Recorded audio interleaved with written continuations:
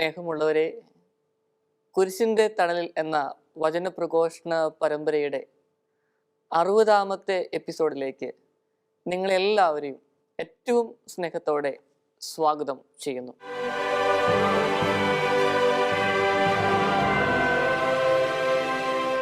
പ്രിയപ്പെട്ടവരെ, രണ്ടാം ലോകമഹായുദ്ധത്തിൻ്റെ കാലഘട്ടങ്ങളിൽ, ഏറ്റവും അവസാന കാലങ്ങളിൽ ഹിറ്റ്ലർ ആത്മഹത്യ ചെയ്തതിനെക്കുറിച്ച് നമുക്ക് അറിയാം. ഹിറ്റ്ലറിൻ്റെ ആത്മഹത്യയെ തുടർന്ന് അദ്ദേഹത്തിൻ്റെ അനുയായികളും ആത്മഹത്യ ചെയ്തു. എങ്കിൽ പോലും ജൂതന്മാരെ പിടിച്ച് നാസി തടങ്കൽ പാളയത്തിലേക്ക് കൊണ്ടുപോകുന്ന പ്രവണത അവിടെ ഉണ്ടായിരുന്നു കുറേ നാളുകളിലേക്ക്. ഇങ്ങനെ ഒരു ബസ്സിൽ കുറേ ജൂതന്മാരെ പിടിച്ചുകൊണ്ടു പോകുന്ന അവസരത്തിൽ 3 പെൺകുട്ടികൾ, ജൂതന്മാരായ 3 പെൺകുട്ടികൾ രക്ഷപ്പെടുകയാണ് ചെയ്യുന്നത്. അവര് ആ ബസ്സിൽ നിന്ന് ഇറങ്ങി ഓടി തൊട്ടടുത്തുള്ള ഒരു വീട്ടിൽ അഭയം തേടുവാനായിട്ട് ശ്രമിക്കുകയാണ്. ആ വീടിൻ്റെ വാതിലിൽ മുട്ടി ഒരു സഹോദരി വന്ന് ആ വീട് തുറന്ന് അവർക്ക് കൊടുത്തു. ആ വീടിനുള്ളിലേക്ക് കയറിയപ്പം അവർക്ക് വലിയ സന്തോഷം തോന്നി. കാരണം ഇവരെ പോലെ 1-2 മക്കള് ആ കുടുംബത്തിലുണ്ട്. ഇവരെ സ്വീകരിച്ച ആ സഹോദരി ഇവർക്ക് ഭക്ഷണമൊക്കെ കൊടുത്തു, അത്താഴമൊക്കെ കൊടുത്തു. പിന്നെ കുറേ നേരം ഈ വീട്ടമ്മ ആരെയോ കാത്തിരിക്കുകയാണ്. ഈ വീട്ടമ്മയുടെ മക്കളൊക്കെ കിടന്നുറങ്ങി. ഈ വീട്ടമ്മയുടെ ഭർത്താവ് നാസി പട്ടാളക്കാരനാണ്. അദ്ദേഹത്തെ കാത്ത് ഈ വീട്ടമ്മ ഇങ്ങനെ ഇരിക്കുകയാണ്. കുറേ നേരം കാത്തിരുന്നിട്ടും ഈ ജീവിത പങ്കാളി എത്തുന്നില്ല. അവസാനം ഇവർ ചെയ്തത് എന്താണെന്നറിയാമോ? ഈ വന്നു കയറിയ 3 പെൺമക്കളെയും വീടിൻ്റെ പിന്നാമ്പറങ്ങളിലേക്ക് കൊണ്ടുപോയി. അതിനുശേഷം തോക്കെടുത്ത് അവരെ വെടിവെച്ചു കൊല്ലുന്ന ഒരു ചിത്രം. അങ്ങനെ കുറച്ചു നാളുകൾ കഴിഞ്ഞുപോയി. കോടതിയിൽ വിചാരണയ്ക്ക് വന്നപ്പോൾ എർണ പെട്രി എന്നാണ് ഈ വീട്ടമ്മയുടെ പേര്. ഈ വീട്ടമ്മയോട് ജഡ്ജി ചോദിക്കുന്ന ഒരു കാര്യമുണ്ട്. നിങ്ങൾ ഭക്ഷണം കൊടുത്തു ആ കുട്ടികൾക്ക് കഴിക്കുവാനായിട്ട്, അതേ കൈകൾ കൊണ്ട് തന്നെ ആ കുട്ടികളെ വെടിവെച്ചു കൊല്ലുകയും ചെയ്തു. ഭക്ഷണം കൊടുത്ത കൈകൾ കൊണ്ട് തന്നെ തോക്കെടുത്തപ്പോൾ ആ കുട്ടികളൊന്നും നിങ്ങളോട് പറഞ്ഞില്ലേ എന്ന് ജഡ്ജി ഇവരോട് ചോദിക്കുകയാണ്. മറുപടിയായിട്ട് അവർ പറഞ്ഞു, ഒന്ന് ചെറുതായിട്ട് അവർ കരഞ്ഞു, അത്രമാത്രം. സ്നേഹമുള്ളവരെ, ഇതാണ് ജീവിതത്തിൻ്റെ അവസ്ഥ. എന്തുകൊണ്ട് ഇങ്ങനെ സംഭവിച്ചു എന്ന് ഈ സഹോദരിയോട് ചോദിച്ചു മനസ്സിലാക്കുവാനായിട്ട് ജഡ്ജി ശ്രമിച്ചു. അവർ പറഞ്ഞു, ഞാൻ കാണുന്നതും ഞാൻ കേൾക്കുന്നതുമെല്ലാം ഈ ജൂതന്മാരെ കുറിച്ചാണ്. വലിയ വിദ്വേഷം പരത്തുന്ന പല കാര്യങ്ങളുമാണ് ഞാൻ ചെറുപ്പം മുതലേ ഇവരെക്കുറിച്ച് കേട്ടുവന്നത്. ഈ 3 പെൺമക്കള് എൻ്റെ വീട്ടിലേക്ക് വന്നപ്പോൾ ആദ്യം സഹതാപം എനിക്ക് തോന്നി. ഞാൻ ഭക്ഷണമൊക്കെ കൊടുത്തു. പക്ഷേ ഈ ഇവരെക്കുറിച്ച് കേട്ട കാര്യങ്ങളൊക്കെ വിദ്വേഷം പുലർത്തുന്ന വാക്കുകളൊക്കെ എൻ്റെ ഉള്ളിൽ അപ്പോഴും മുഴങ്ങിക്കൊണ്ടിരുന്നു. ഞാൻ എൻ്റെ ജീവിത പങ്കാളി വരാനായിട്ട് കാത്തിരുന്നു, പക്ഷേ എത്തിയില്ല. ഇവരെ എങ്ങനെയെങ്കിലും വകവരുത്തണമെന്നൊരു ചിന്ത മാത്രമേ എനിക്കുണ്ടായിരുന്നുള്ളൂ. അതുകൊണ്ടാണ് ഞാൻ വെടിവെച്ചു കൊന്നത്. അതിലെനിക്ക് ഒരു ദുഃഖവുമില്ല എന്ന് ഈ എർണ പെട്രി എന്ന് പറയുന്ന ആ വീട്ടമ്മ പറയുകയാണ്. സ്നേഹമുള്ളവരെ, ഇതാണ് ഈ ലോകത്ത് സംഭവിക്കുന്നത്. വിദ്വേഷവും വൈരാഗ്യവും പടരുവാനുള്ള കാരണങ്ങൾ എന്താണ്? നമ്മൾ ഒരു വ്യക്തിയെക്കുറിച്ചോ ഒരു സമൂഹത്തെക്കുറിച്ചോ വേദനാജനകമായ കാര്യങ്ങൾ പറയുമ്പോൾ, കുറ്റം പറയുമ്പോൾ, അസഭ്യം പുലർത്തുമ്പോൾ, വിദ്വേഷ വാക്കുകൾ പറയുമ്പോൾ സംഭവിക്കുന്നത് എന്താ? ഓരോ മനുഷ്യൻ്റെയും ഓരോ സമൂഹത്തിൻ്റെയും മനസ്സിലേക്ക് ഈ വിദ്വേഷവും അസ്വസ്ഥതയുമെല്ലാം കയറിക്കൂടുകയാണ് ചെയ്യുന്നത്. അങ്ങനെ വന്നു കഴിയുമ്പം ഒന്നും ചിന്തിക്കുവാൻ സാധിക്കുന്നില്ല. കാരണം പല രീതിയിൽ പല ഭാഗങ്ങളിൽ നിന്ന് ഇതുപോലുള്ള കാര്യങ്ങളാ കേൾക്കുവാൻ സാധിക്കുക. നമുക്കറിയാലോ, ന്യൂസ് ചാനലുകളൊക്കെ ധാരാളമുണ്ട്. നമ്മളൊക്കെ ന്യൂസ് വാർത്തകൾ കേൾക്കുന്നവരാണ്, വേണം വേണ്ടെന്നല്ല ഞാൻ പറയുന്നത്.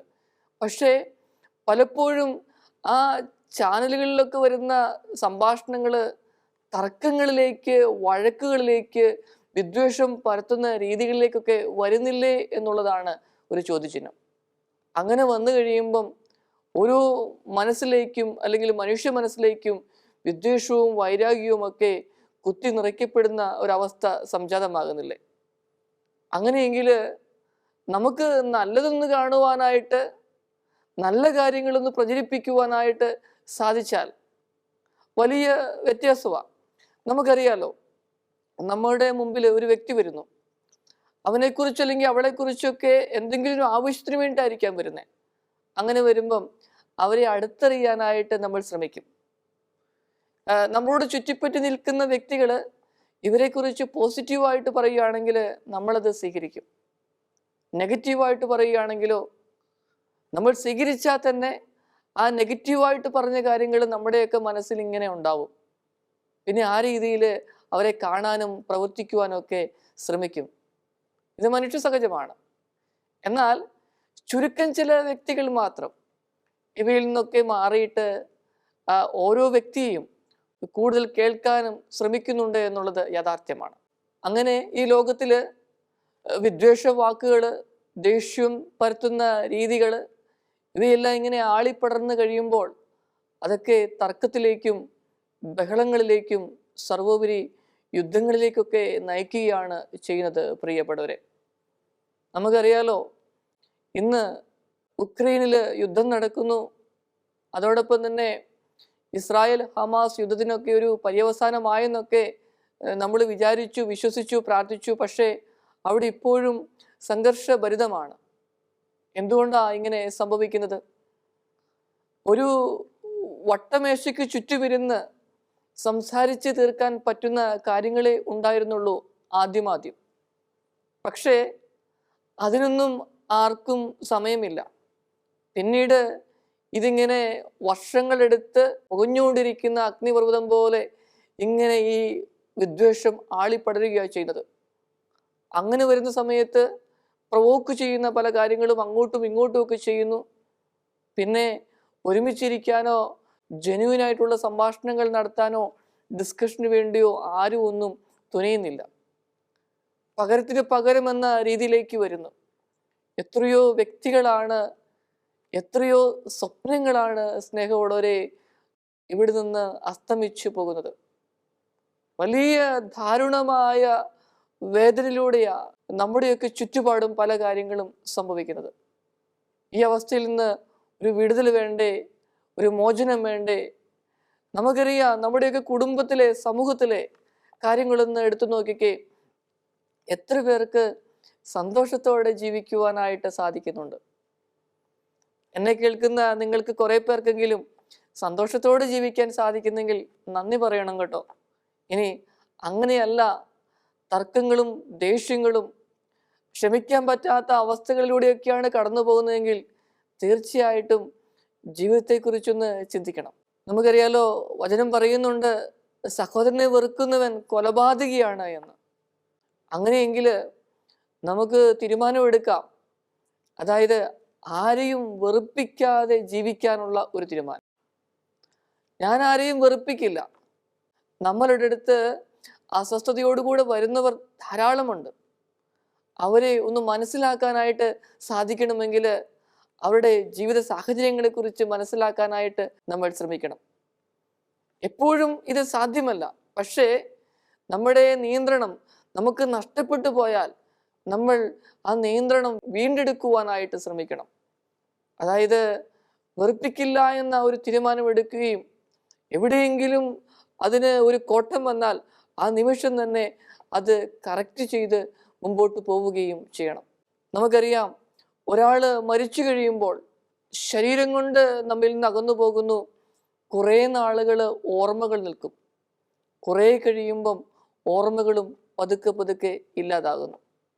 എന്നാൽ നമ്മൾ ഒരാളെ വെറുക്കുന്ന സമയത്ത് അവരുടെ സംസാരം കേൾക്കുമ്പോൾ, ഫിസിക്കൽ പ്രസൻസ് അനുഭവിക്കുമ്പോഴൊക്കെ ഭയങ്കര വേദനയായിരിക്കാം, അല്ലെങ്കിൽ അസ്വസ്ഥതയായിരിക്കാം. അങ്ങനെ ഒരു ഡിസ്റ്റൻസ് കീപ്പ് ചെയ്ത് ജീവിക്കുവാനായിട്ട് ശ്രമിക്കുന്നു. പതുക്കെ പതുക്കെ അവരെക്കുറിച്ചുള്ള ഓർമ്മകളും നമ്മിൽ നിന്ന് ഇല്ലാതാവുകയാണ് ചെയ്യുന്നത്. എന്നാൽ വേറൊരു കാര്യമുണ്ട്, ആ ഓർമ്മകൾ ഇല്ലാതാകുന്നു. നമുക്കറിയാലോ, മനസ്സിന് 3 തലങ്ങളുണ്ട് എന്ന്.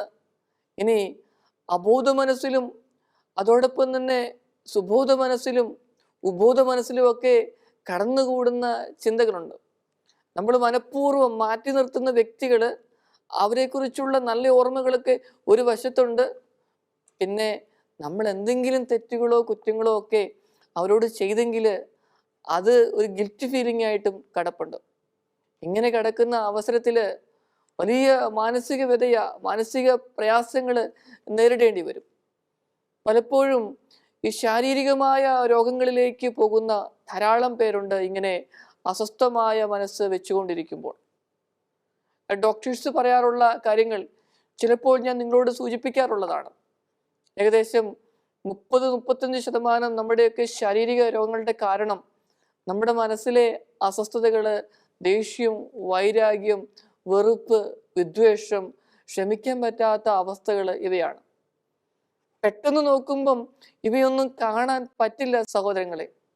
എന്നാൽ കുറെ കഴിയുമ്പം തിന്മയുടെ കണങ്ങൾ നമ്മുടെ മനസ്സിൽ ധാരാളമുണ്ട്. അത് അടിഞ്ഞുകൂടി നമുക്കൊന്നും ചെയ്യാൻ പറ്റാത്ത അവസ്ഥയിലേക്ക്, തളരുന്ന അവസ്ഥയിലേക്ക് എത്തുകയാണ് ചെയ്യുന്നത്. പലപ്പോഴും നമ്മുടെയൊക്കെ ജീവിതങ്ങളിൽ വലിയ വലിയ കാര്യങ്ങളെയൊക്കെ നമ്മൾ വിസ്മരിക്കും. ചെറിയ ചെറിയ കാര്യങ്ങളിലേക്ക് പോകാറുണ്ട്. ചിലർ പറയും, അച്ചോ, എന്തെല്ലാം വലിയ കാര്യങ്ങൾ സംഭവിച്ചാലും ഒരു കുഴപ്പമില്ല, ചെറിയ കാര്യങ്ങൾക്ക് വേണ്ടി എൻ്റെ ജീവിത പങ്കാളി അല്ലെങ്കിൽ എൻ്റെ മക്കള് വഴക്കുണ്ടാക്കുമെന്ന്. നമുക്കറിയാലോ, അതായത് ഒരു ഓട്ടോറിക്ഷ ഡ്രൈവർ, അദ്ദേഹത്തിന് അല്പം പൈസ കൂടുതൽ ചോദിച്ചാൽ അവിടെ വഴക്കാണ്. കൂടുതൽ ചോദിക്കാൻ പാടില്ല, പക്ഷേ അതിനു വേണ്ടിയിട്ട് വഴക്ക്. ഇനി നമ്മുടെയൊക്കെ വീടുകളിലേക്ക് മീൻ കൊണ്ടുതരുന്ന മീൻ കച്ചവടക്കാരനുണ്ടെങ്കിൽ അദ്ദേഹത്തോട് വഴക്ക്. നമ്മുടെയൊക്കെ വീടിന് ചുറ്റുമുള്ളവരോട്, അവരോടും വഴക്ക്. എല്ലാവരോടും വഴക്കുണ്ടാക്കി വെറുപ്പും വിദ്വേഷവും ഒക്കെ ഇങ്ങനെ മനസ്സിലിങ്ങനെ കൊണ്ടു നടന്ന് ജീവിക്കുമ്പം എന്താണെന്നോ സംഭവിക്കുന്നത്? നമ്മുടെയൊക്കെ നിയന്ത്രണം പതുക്കെ പതുക്കെ നഷ്ടപ്പെട്ടു പോവുകയാണ്. ഇനി ഇങ്ങനെ വഴക്കുണ്ടാക്കി ജീവിക്കുന്ന വ്യക്തികളുടെ ജീവിതം പരിശോധിച്ചാൽ നമുക്ക് മനസ്സിലാക്കാൻ സാധിക്കും, ഇവരുടെ ചെറുപ്പത്തിലുണ്ടായ മുറിവുകളാണ്. അവഗണിക്കപ്പെട്ട നിമിഷങ്ങൾ, സ്നേഹം കിട്ടാത്ത നിമിഷങ്ങൾ, അല്ലെങ്കിൽ മറ്റുള്ളവരെ വഞ്ചിച്ചെടുത്തിട്ടുള്ള നിമിഷങ്ങൾ, ഇവയൊക്കെയാണ് ഇവരെ ഇതിലേക്ക് നയിക്കുന്നത്. അങ്ങനെയെങ്കിൽ കുടുംബാംഗങ്ങൾക്ക് ഇങ്ങനെയുള്ള വ്യക്തികളെ ഒന്ന് മനസ്സിലാക്കാനായിട്ട് സാധിക്കണം. ഇനി ചുറ്റുമുള്ളവർക്ക് ഇവരെ ഒന്ന് മനസ്സിലാക്കാനായിട്ട് സാധിക്കണം. അങ്ങനെയെങ്കിൽ മാത്രമേ സ്നേഹമുള്ളവരെ സന്തോഷകരമായ ഒരു ജീവിതം നയിക്കുവാനായിട്ട് സാധിക്കുകയുള്ളൂ.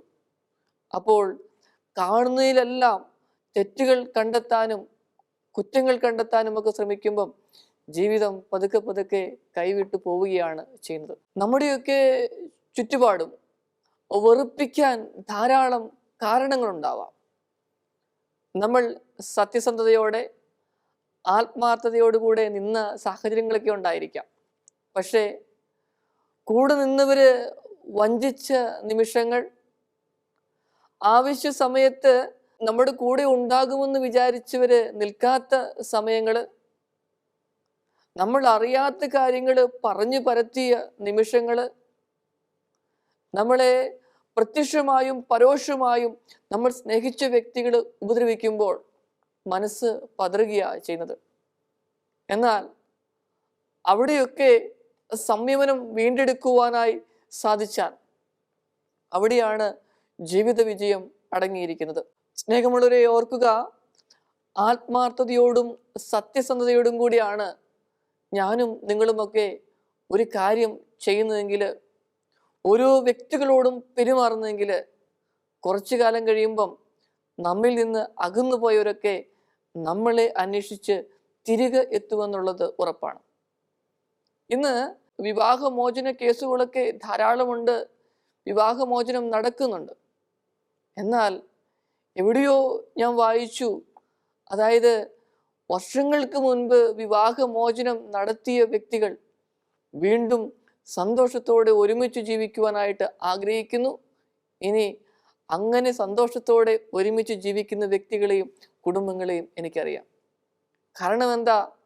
അവരുടെ ആ ചുരുങ്ങിയ കാലഘട്ടങ്ങളിലുള്ളിൽ അവർ മനസ്സിലാക്കി, ഇതൊക്കെ ഇത്രയേ ഉള്ളൂ, ആ ഒരു ജീവിതം സുന്ദരമായിരുന്നു, തെറ്റിദ്ധാരണയായിരുന്നു, അല്ലെങ്കിൽ ഒന്ന് വിട്ടുവീഴ്ച ചെയ്താൽ മതിയായിരുന്നു എന്ന് അവരൊക്കെ മനസ്സിലാക്കുന്ന നിമിഷങ്ങളുണ്ടായിട്ടുണ്ട്. എനിക്കറിയാവുന്ന ഒരു കുടുംബമുണ്ട്.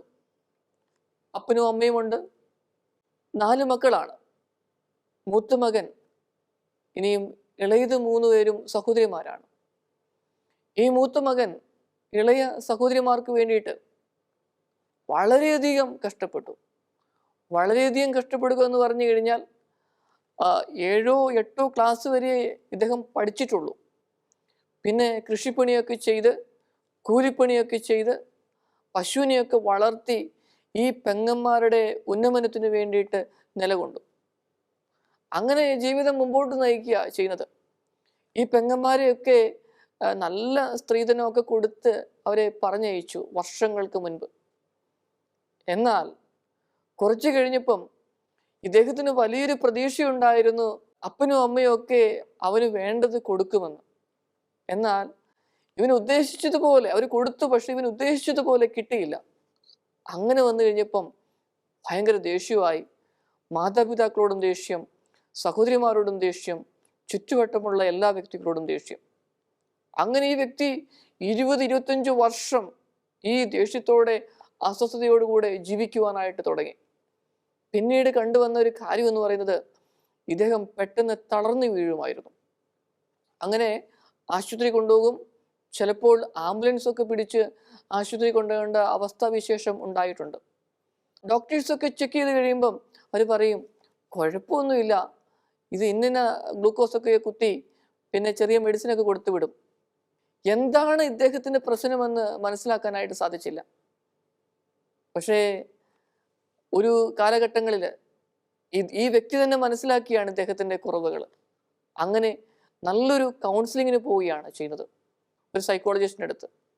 അദ്ദേഹത്തിൻ്റെ അടുത്ത് പോയി അങ്ങനെ ആ മനസ്സിൻ്റെ വേദനകളും വിഴുപ്പ് ഭാണ്ഡങ്ങളും പൊറുക്കാൻ പറ്റാത്ത കാര്യങ്ങളൊക്കെ പറഞ്ഞ് അതങ്ങനെ ഹീൽ ചെയ്യപ്പെട്ടു. അപ്പോൾ വലിയൊരു വ്യത്യാസമാണ് ആ വ്യക്തിയുടെ ജീവിതത്തിൽ സംഭവിക്കുന്നത്. ആ വ്യക്തി പിന്നെ സന്തോഷത്തോടെ ജീവിക്കുവാനായിട്ട് ശ്രമിച്ചുകൊണ്ടിരിക്കുകയാണ്. വേദനകളും തിക്താനുഭവങ്ങളും ഒക്കെ അവിടെ ഉണ്ട്. പക്ഷെ ഇത് മനസ്സിലാക്കി, ഇത് കൊണ്ടു നടന്നിട്ട് കാര്യമില്ല, സ്വന്തം ജീവൻ അവതാളത്തിലാകുകയുള്ളൂ എന്ന്. സ്നേഹമുള്ളവരെ, നമുക്കറിയാം പഴയ നിയമത്തിലെ ജോസഫിൻ്റെ ജീവിതം നമുക്കറിയാവുന്ന കാര്യമാണ്. പക്ഷേ ഒരു സുപ്രഭാതത്തിൽ എല്ലാം നഷ്ടപ്പെട്ടു എന്ന് വിചാരിച്ചു. അതൊക്കെ നേടിയെടുത്ത് കഴിഞ്ഞപ്പോൾ തൻ്റെ സഹോദരങ്ങളൊക്കെ തൻ്റെ മുമ്പിൽ വന്ന് മുട്ടുമടക്കി അദ്ദേഹത്തെ വണങ്ങുകയാണ്, സ്വീകരിക്കുകയാണ് ചെയ്യുന്നത്. ഇത്രയേ ഉള്ളൂ. ആത്മാർത്ഥതയോടുകൂടെ നമ്മൾ എന്ത് ചെയ്താലും നമ്മുടെ കൂടെ നിൽക്കുവാൻ ഒത്തിരി പേരുണ്ടാവും. ഒരുപക്ഷെ അത് പെട്ടെന്ന് സാധിക്കണമെന്നില്ല. അത് ജീവിതത്തിൽ പതുക്കെ പതുക്കെ സാധിക്കുന്ന ഒരു കാര്യമാണ്. ആയതിനാൽ നമുക്കൊരു തീരുമാനമെടുക്കാം സ്നേഹമുള്ളവരെ. നമ്മുടെ വാക്കുകൾ കൊണ്ട്, പ്രവൃത്തികൾ കൊണ്ട് ആരെയും വെറുപ്പിക്കാതെ മുമ്പോട്ട് കൊണ്ടുപോകുവാൻ ശ്രമിക്കാം. ചിലപ്പോൾ തീരുമാനമൊക്കെ എടുത്തു പതറാം, പക്ഷേ എങ്കിൽ പോലും നമ്മൾ ആ ഒരു തീരുമാനത്തിൽ ഉറച്ചു നിൽക്കുവാനായിട്ട് ശ്രമിക്കണം. ഈ സന്ദേശം കേൾക്കുമ്പോൾ തന്നെ തീരുമാനമെടുക്കാം. നാഥ, ഇത് ഞങ്ങൾക്ക് സാധ്യമാണോ എന്ന ഒരു ചിന്തയുണ്ട്. അങ്ങ് കൂടെ ഉണ്ടെങ്കിൽ ഉറപ്പായിട്ട് സാധിക്കും. ഞങ്ങളുടെ ഇമോഷൻസിനെയൊക്കെ ഒന്ന് നിയന്ത്രിക്കുവാൻ അങ്ങ് ഞങ്ങളുടെ കൂടെ ഉണ്ടാകണമേ. പ്രിയപ്പെട്ടവരെ, പ്രഭാഷകന്റെ പുസ്തകത്തിൽ 5-ാമത്തെ അധ്യായത്തിലെ 7-ാമത്തെ വചനത്തിൽ പറയുന്നത് ഇപ്രകാരമാണ്: കർത്താവിങ്കിലേക്ക് തിരിയാൻ വൈകരുത്, നാളെ നാളെ എന്ന് നീട്ടിവെക്കരുത്. ആകയാൽ സഹോദരങ്ങളെ, നമുക്കൊന്ന് ശ്രമിക്കാം. ആരോടെങ്കിലും വെറുപ്പോ വിദ്വേഷമോ ഒക്കെ ഉണ്ടെങ്കിൽ നമുക്ക് തമ്പുരാനോട് പറയാം, നാഥ, ഇതൊക്കെ ഉപേക്ഷിക്കണമെന്ന് ആഗ്രഹമുണ്ട്, പക്ഷെ പറ്റുന്നില്ല. മനസ്സിലിങ്ങനെ വിഴുപ്പ് ഭാണ്ഡമായിട്ട് കിടക്കുകയും ചുമന്നുകൊണ്ട് നടക്കുകയോ ചെയ്യുന്നത്. ചിലപ്പം ഈ ചുമന്നുകൊണ്ട് നടക്കുന്നത് നമുക്ക് കാണാൻ സാധിക്കുന്നില്ല. അത് രോഗങ്ങളായിട്ട് ശരീരത്തിൽ പ്രത്യക്ഷപ്പെടുകയും ചെയ്യുന്നു. നമുക്ക് പ്രാർത്ഥിക്കാം, എൻ്റെ ജീവിതത്തെ ഈശോയെ അങ്ങ് ഏറ്റെടുത്ത് എന്നെ നിയന്ത്രിച്ച് വിശുദ്ധിയുടെ പാതയിലൂടെ എന്നെ നയിക്കണമേ. ആരെയും വെറുപ്പിക്കാതെ വെറുക്കാതെ ജീവിക്കാൻ നാഥ സഹായിക്കണമേ. ആമേൻ.